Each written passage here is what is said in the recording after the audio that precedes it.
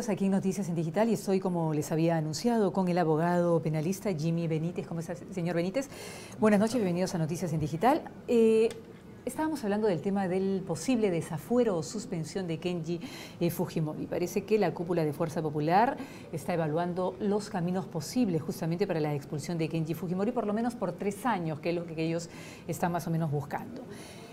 Por un lado está el tema de la suspensión, posible suspensión por mal ejercicio de la función pública como congresista, para lo cual se necesitaría una mayoría simple de 51 votos, o desaforarlo por infracción constitucional, para lo cual se necesitaría 67 mayoría calificada. ¿Nos puede contar un poquito más para que todos los ciudadanos podamos entender la diferencia entre suspensión y la diferencia entre desafuero a través de una infracción constitucional? Correcto.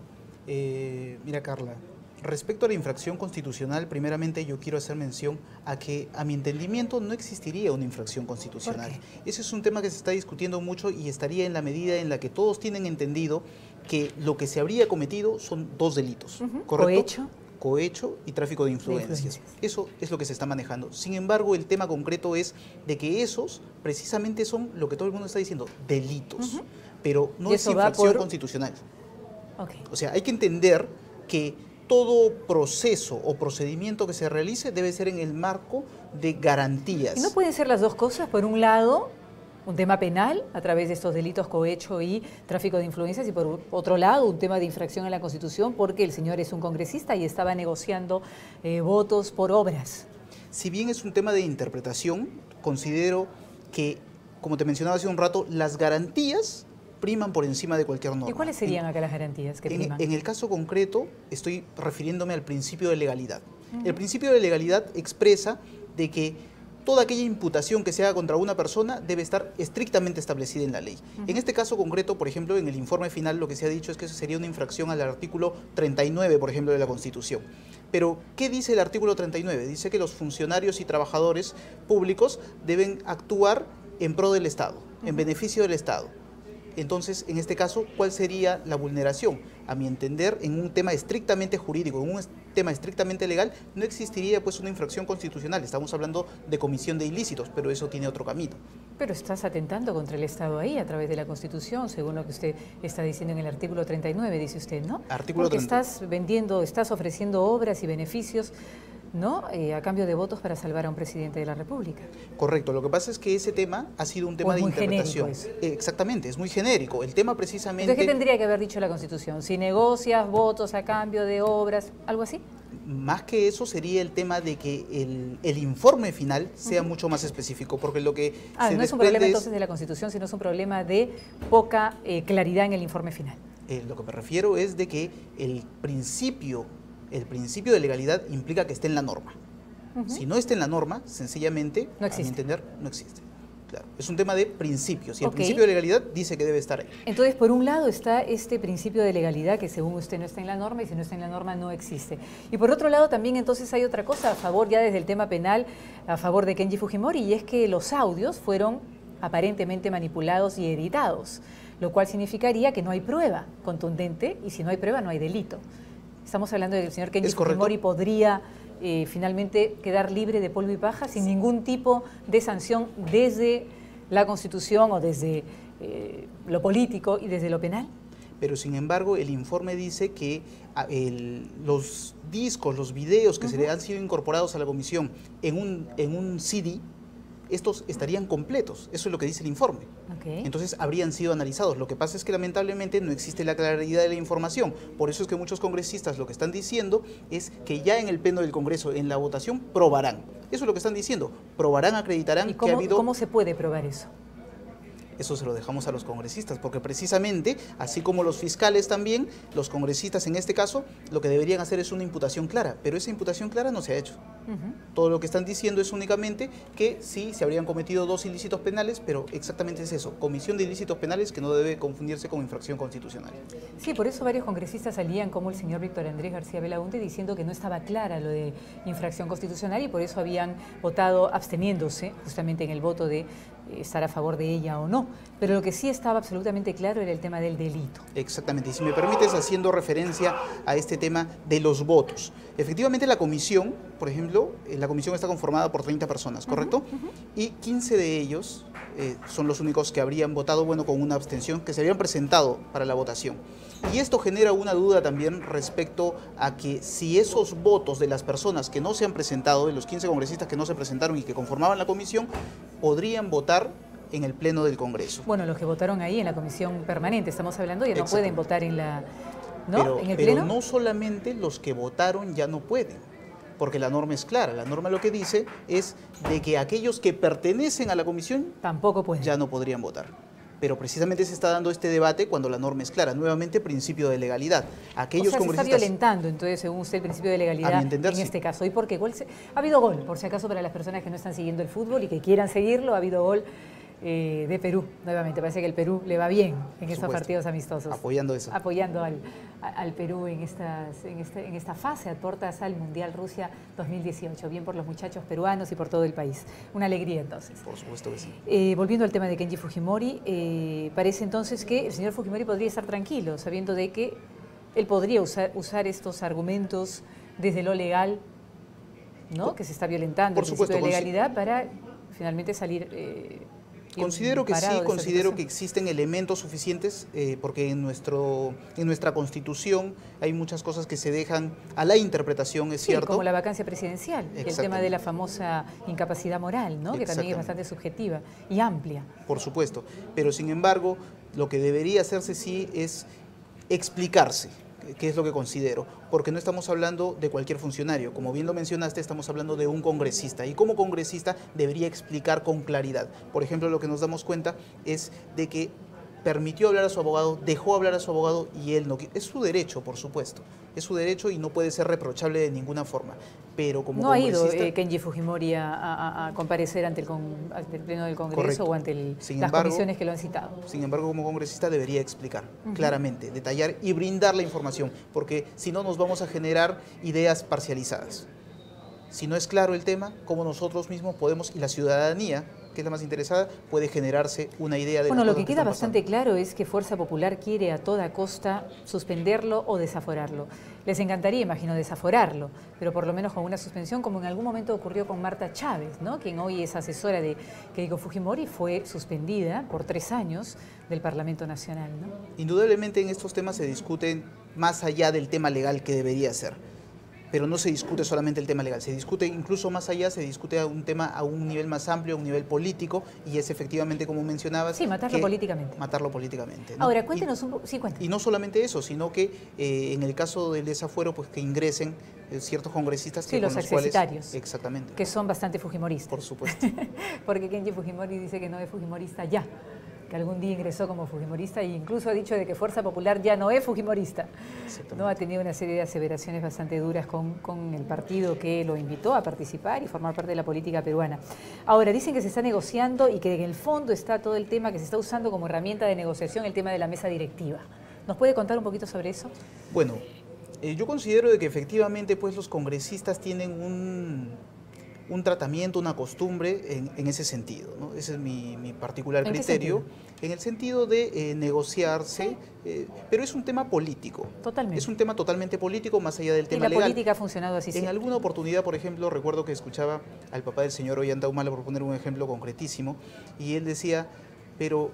Si bien los partidos políticos también consignan o colocan a ciertos funcionarios, como en el Tribunal Constitucional decía, ¿no? O tenemos mayoría fujimorista, lo cierto es que eso está al amparo de la Constitución.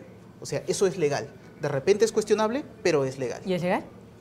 Es legal, mientras no haya claramente el principio de legalidad que establezca una negativa a eso. O sea, todo es legal mientras, como usted dice, no hay una negativa dentro de la Constitución que inhabilite eso. Por supuesto. ¿Podría ponernos un ejemplo concreto, desde lo cotidiano, por ejemplo? Un ciudadano de a pie que sale a la calle, ¿qué es legal? Por ejemplo, respecto de, imaginemos, hay un ciudadano que está tomando en la calle y es intervenido por un sereno. De repente está cometiendo un momento bochornoso, claro, de repente un acto desubicado. Por supuesto, pero eso de ninguna manera es lo convierte en ilegal. Por supuesto, y no tendría por qué ser detenido, no tendría por qué llevarlo ningún sereno.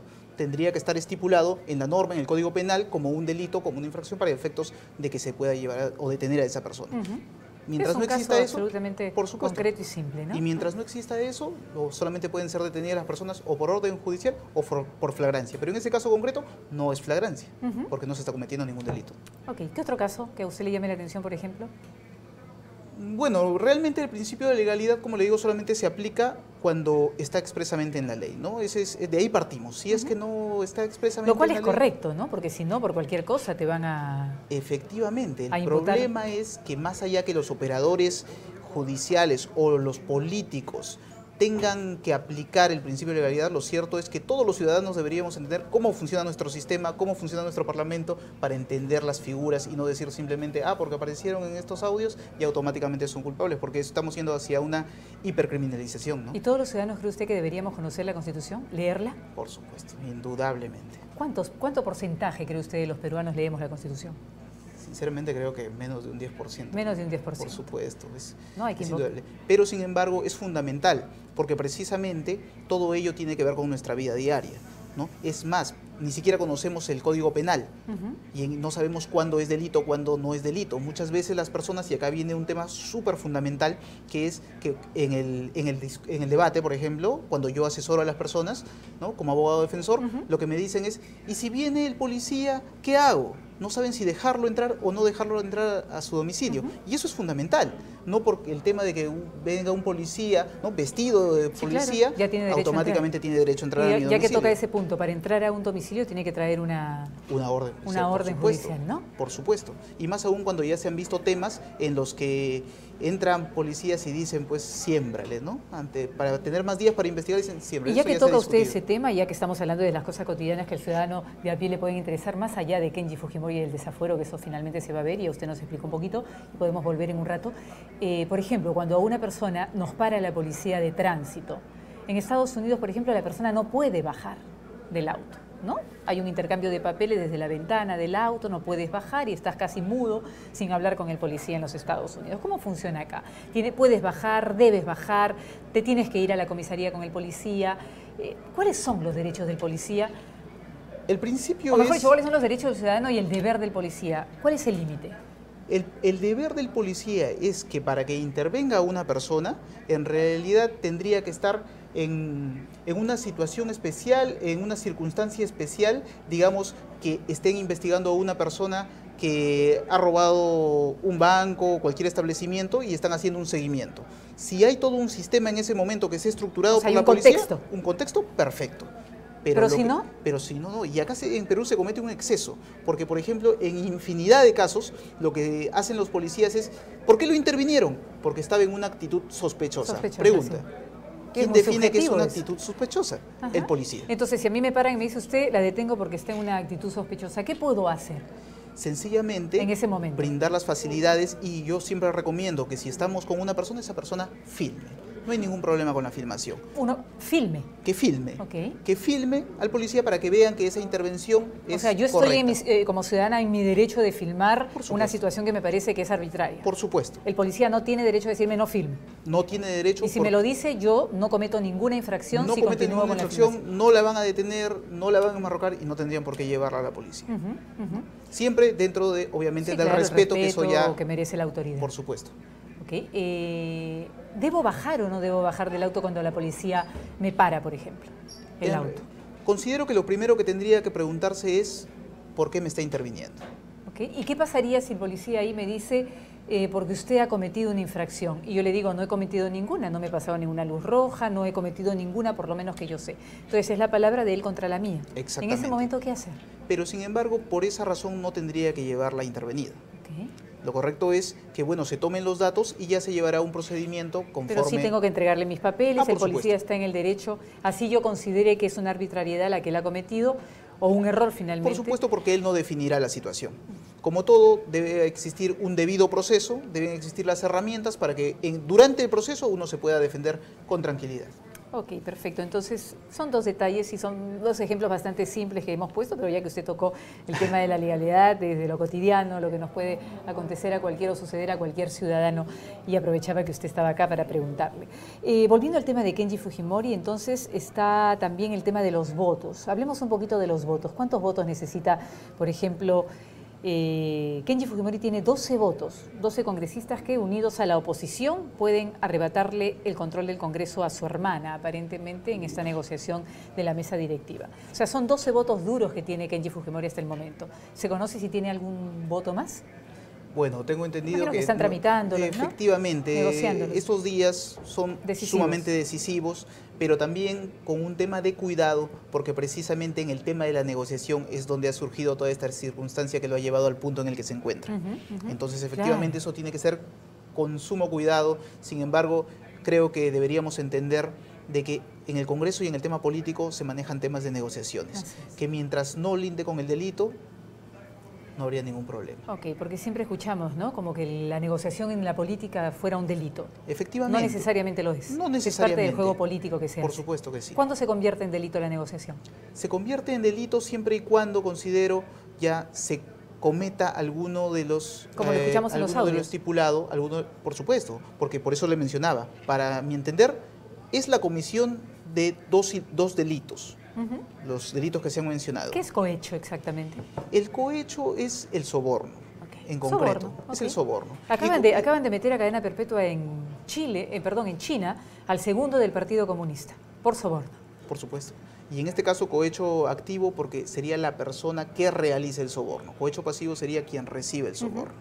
¿No? Cohecho pasivo el que recibe y cohecho activo es el que ofrece, el que entrega. O sea, uno el corrupto y el otro el corruptor. Exactamente. Pero ambos cometen cohecho. Ok, entonces 12 votos son los que necesitan, no, los que tiene hasta el momento Kenji Fujimori, debe estar tras alguno. ¿Y cuántos votos tiene duros o fijos Keiko Fujimori y cuánto le faltaría?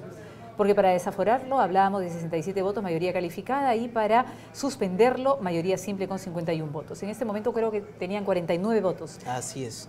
Más o menos seguro. Pero ¿no? también deben estar en un tema de negociación seguramente, ¿no?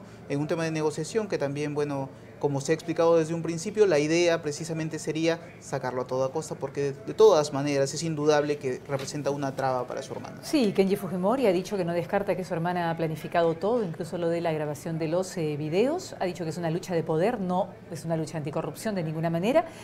Y después, bueno, ha hecho una serie de cosas. Fuerza Popular hace política de forma radical, vertical y dura. En cambio, yo soy liberal, flexible y horizontal. Y si no piensas igual, te terruquea. Que se ha dicho terrucos, ¿no? O que le dicen terruco a aquellos que tienen un punto de vista diferente al de la cúpula. Pero eso se ve a todo nivel. No solamente a un nivel congresal, sino también se ve en el sistema de justicia, por ejemplo. ¿En qué sentido? En el sistema de justicia, por ejemplo, hay muchos jueces que indican de que los están atacando, los grupos de poder, aquellos investigados que tienen recursos, tienen abogados, estudios de abogados muy fuertes detrás de ellos y detrás de ellos periodistas, y todos sirven para desprestigiar.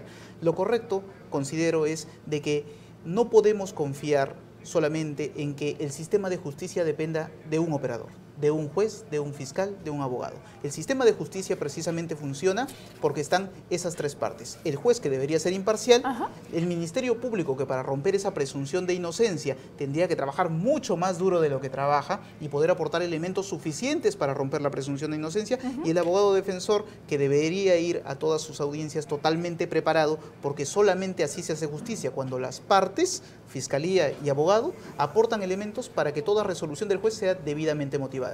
Si no está debidamente motivada, no hay justicia. Y ya solamente para terminar, y solamente un sí o no, Kenji Fujimori ha dicho de que va a recurrir en la medida de lo posible al TC, al Tribunal Constitucional o al Poder Judicial. ¿Podría tener ahí éxito? Bueno, efectivamente, mientras haya un agravio constitucional, el encargado siempre sería en la vía pertinente hacia llegar al Tribunal Constitucional, porque mientras haya una vulneración a un derecho fundamental, tiene derecho a recorrer a todas las instancias que sean posibles. Pero para eso primero tiene que haber un pronunciamiento del Pleno del Congreso. Por supuesto. Ok, que es muy probable que lo suspenda. Efectivamente. Ok, muchísimas gracias. Fue el abogado que nos acompaña, Jimmy Benítez, abogado penalista, que nos ha dado algunas luces sobre el tema del desafuero a Kenji Fujimori. Muchísimas gracias. Buenas noches.